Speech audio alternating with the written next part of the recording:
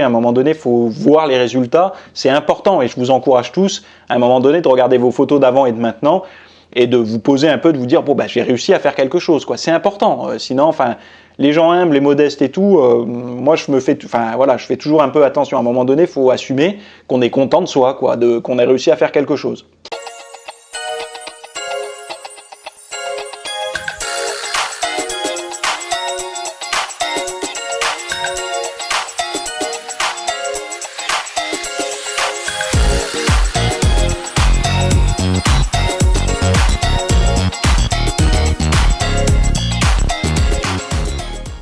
Donc là, on passe à une question d'Adrien Giannini qui me dit « Bonjour Théo, on peut trouver sur le net beaucoup de vidéos pour maigrir, mais très peu pour grossir. Et moi, c'est mon problème, je fais 1m85 pour 80 kg propre, pour pas dire sec, avec 3600 calories par jour, 12 ans de muscu et une bonne hygiène de vie et alimentaire.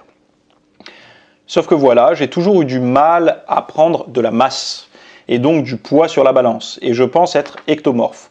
Il y a quelques années, j'avais réussi à monter à 90 kg propre, mais à l'époque, je ne mangeais aucun lipide car je pensais que c'était mauvais. Puis un jour, un coach m'a pris en main et a commencé à m'en faire consommer. Depuis, mon poids a baissé et je n'arrive plus à le faire remonter et je me trouve maigre. Penses-tu que je devrais arrêter ou diminuer les lipides car il paraît que les bonnes sources de graisse aident à maigrir? Merci d'avance. J'adore ta question. Et le premier truc que j'ai envie de te dire, c'est que moi, quand je vois un mec d'un mètre 85 pour 80 kg qui fonce sur moi, je me dis, j'ai pas envie de me le prendre dans le cornet. Donc déjà, relativise un peu les choses. 1m85, 80 kg. Je sais que tu aimerais en peser 90 toute l'année, certainement. Mais t'es pas un petit poussin, quoi. Tu as déjà une certaine... 1m85, t'es grand par rapport à la moyenne. Et 80 kg, ton poids de corps est quand même correct. Donc déjà, relativise un petit peu là-dessus. Sinon, tu vas me faire moi avoir des complexes avec mon 1m75 et mes 73 kg. Voilà. Non, mais pour te dire, honnêtement, je comprends très bien en fait ta pensée, parce qu'en fait, il y a deux schémas de pensée. Moi, en fait, ça me perturbe pas. Pourquoi? Parce que je te dis, moi, je suis l'inverse de toi. C'est-à-dire que moi, j'ai été en surpoids. C'est-à-dire qu'en étant plus léger, plus petit que toi, en 1m75, j'ai pu faire un poids plus élevé que toi. Et quand j'étais en surpoids, hein, évidemment, pas en forme physique. Hein. Et donc, du coup, pour moi, le poids en haut est pas synonyme de réussite. Tu vois, moi, je suis plutôt au poids à la baisse. Donc, on a tous les deux une perception des choses qui est différente. Et on a tendance à avoir ces croyances qui nous suivent tout au long de notre progression. C'est-à-dire qu'aujourd'hui, moi, j'ai pu à me plaindre physiquement. Je me trouve, voilà, personnellement, je suis satisfait à 95% de ce que j'ai réussi à faire de mon physique. Les 5% restants sont nécessaires pour garder de la motivation pour les années à venir.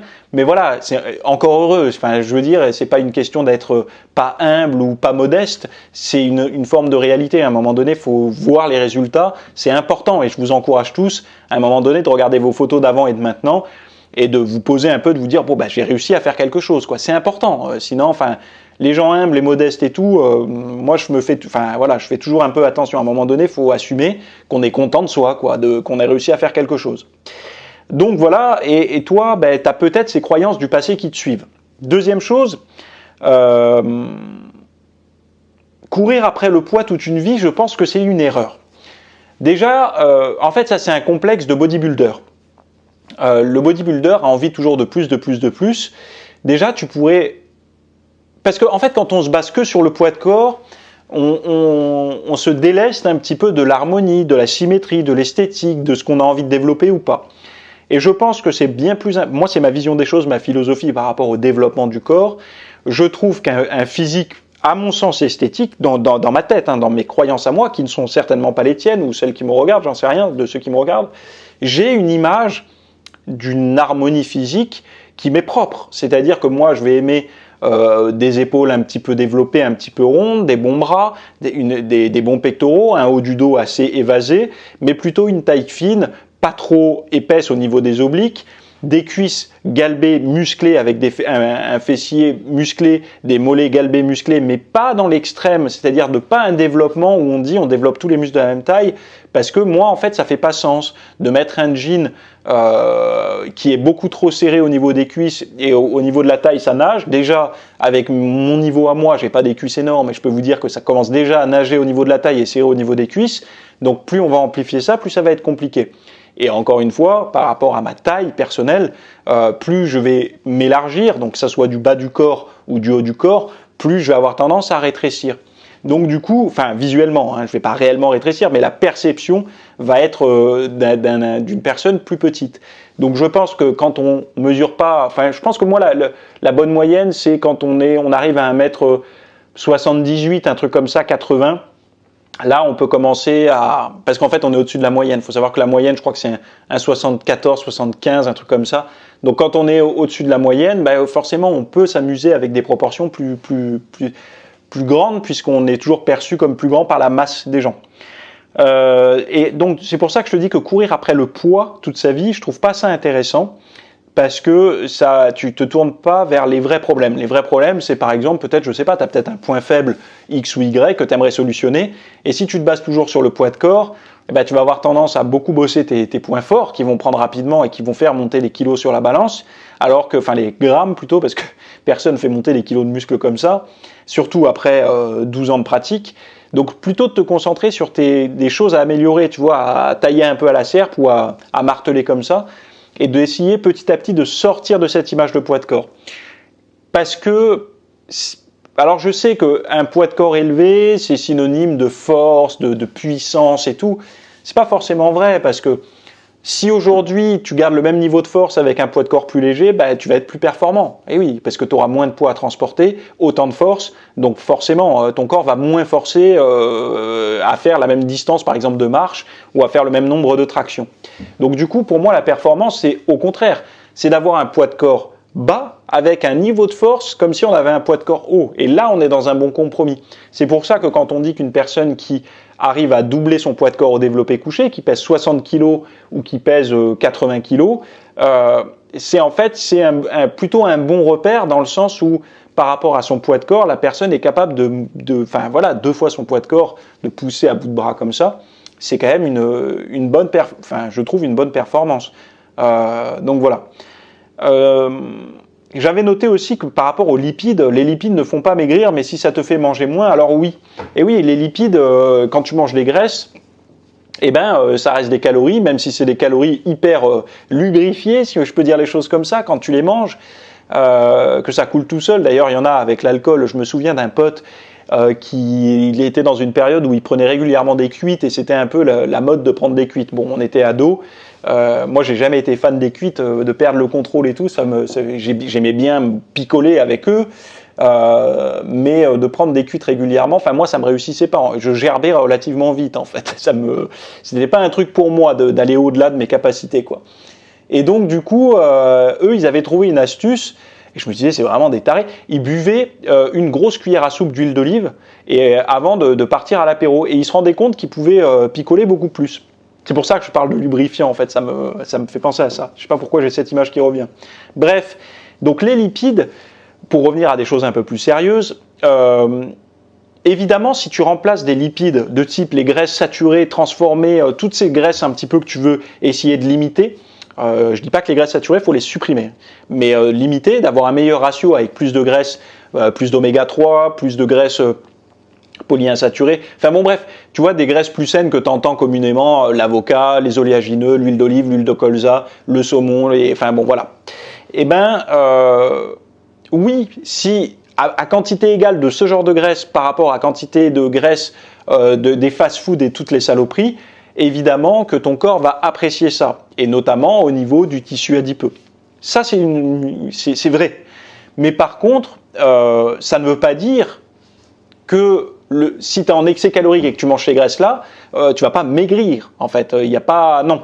Par contre, ce qui peut se passer, et je pense que c'est plus là-dessus que ça t'a fait quelque chose, c'est que toi, inconscient, tu t'en es peut-être pas rendu compte, mais ça devait avoir un apport. Parce que, voilà, même si tu me dis à apport calorique égal, oui, mais à apport calorique égal, si tu as 3600 calories par jour, et il y en a un où tu as très peu de lipides, et un où tu as des lipides, tu as suffisamment de lipides, pas mal de lipides, forcément tu as réduit autre chose, donc les protéines et les glucides. Et donc les protéines, si tu les réduis, peut-être que ta masse musculaire, elle aime pas ça, donc tu perds du poids. Et si c'est les glucides, peut-être que toi, si tu as du mal à prendre du poids, peut-être que les glucides, c'est quelque chose qui te permet jour après jour de maintenir ce poids élevé, de recharger bien en glycogène, de retenir pas mal d'eau pour avoir un poids de corps un petit peu plus important. Et donc du coup, si tu as des calories en plus provenant des lipides, tu vas pas, si tu veux, profiter de soit les protéines pour maintenir ton muscle, soit les glucides pour maintenir ton glycogène et pas mal de rétention d'eau. Donc voilà, et même de prendre un petit peu de viande, de viande grasse, parce que de gras en fait, parce que les glucides ça fait pas prendre du muscle directement. Donc c'est comme ça qu'il faut voir les choses. Moi je te recommanderais certainement pas de descendre les lipides trop. Donc moi je pars du principe qu'en dessous d'1 gramme par kilo de poids de corps, en fait 1 gramme par kilo de poids de corps c'est un repère. Et je trouve que ce repère est plutôt bas, en fait, par rapport à... je trouve ce repère plutôt bas. Je sais que dans le monde du culturisme, on descend plus bas que ça. Moi, personnellement, je trouve que 1 gramme, c'est la limite basse. C'est mon avis personnel, encore une fois. Mais regarde bien si c'est pas ton appétit qui est réduit par rapport aux graisses. Dans ce cas-là, peut-être que il faudrait peut-être voir à augmenter les lipides sur des collations plutôt que sur tes repas. De manière à ce que ça soit un peu plus étalé, parce que je pense que 3600 calories par jour, tu les étales sur au moins 3 repas et une collation, voire 2 collations. D'essayer d'inclure les lipides à ce moment-là sur les collations, de les avoir sous forme liquide. Donc par exemple, si c'est des oléagineux que tu aimes bien manger comme ça, croquer, tu les mixes par exemple avec ta protéine, des choses comme ça. Mais ne tombe pas dans l'arrêt des lipides, parce que ton système hormonal, il va pas forcément aimer. Et même au niveau du cerveau, même au niveau de la santé globale, je ne pense pas que ce soit une bonne chose ça l'est pas, c'est pas que je pense pas, c'est que ça l'est pas. On a besoin d'un apport minimal en graisse, à part si vraiment en fin de prépa pour une compétition de bodybuilding, et ça c'est pas mon domaine, mais ce sont les préparations qui sont faites, les pratiquants réduisent énormément les graisses. En plus des glucides, c'est vraiment de la nourriture sèche, quoi. C'est sec de chez sec, mais même plus d'eau à la fin.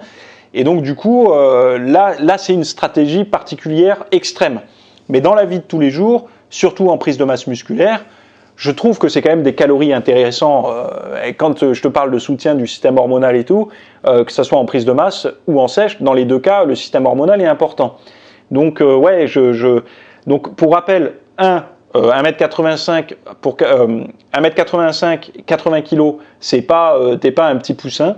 2, courir après le poids toute sa vie, c'est une erreur. Donc concentre-toi plutôt sur des mensurations, un esthétique et tout ça, plus qu'un poids de corps.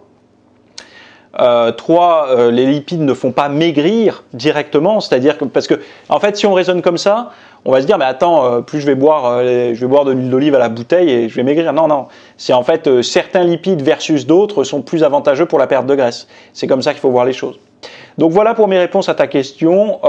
Si ça vous intéresse d'avoir du contenu un petit peu plus, allez faire un tour sur mon canal Telegram qui est ici, mais que vous retrouvez sur une application de téléphone.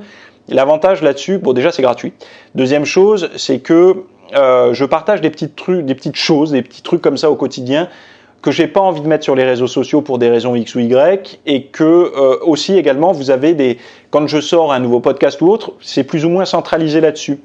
Et donc, quand c'est centralisé là-dessus, ça vous permet de pas aller voir tous les trucs que je fais à droite à gauche pour savoir le nouveau. Là, sur un seul bloc.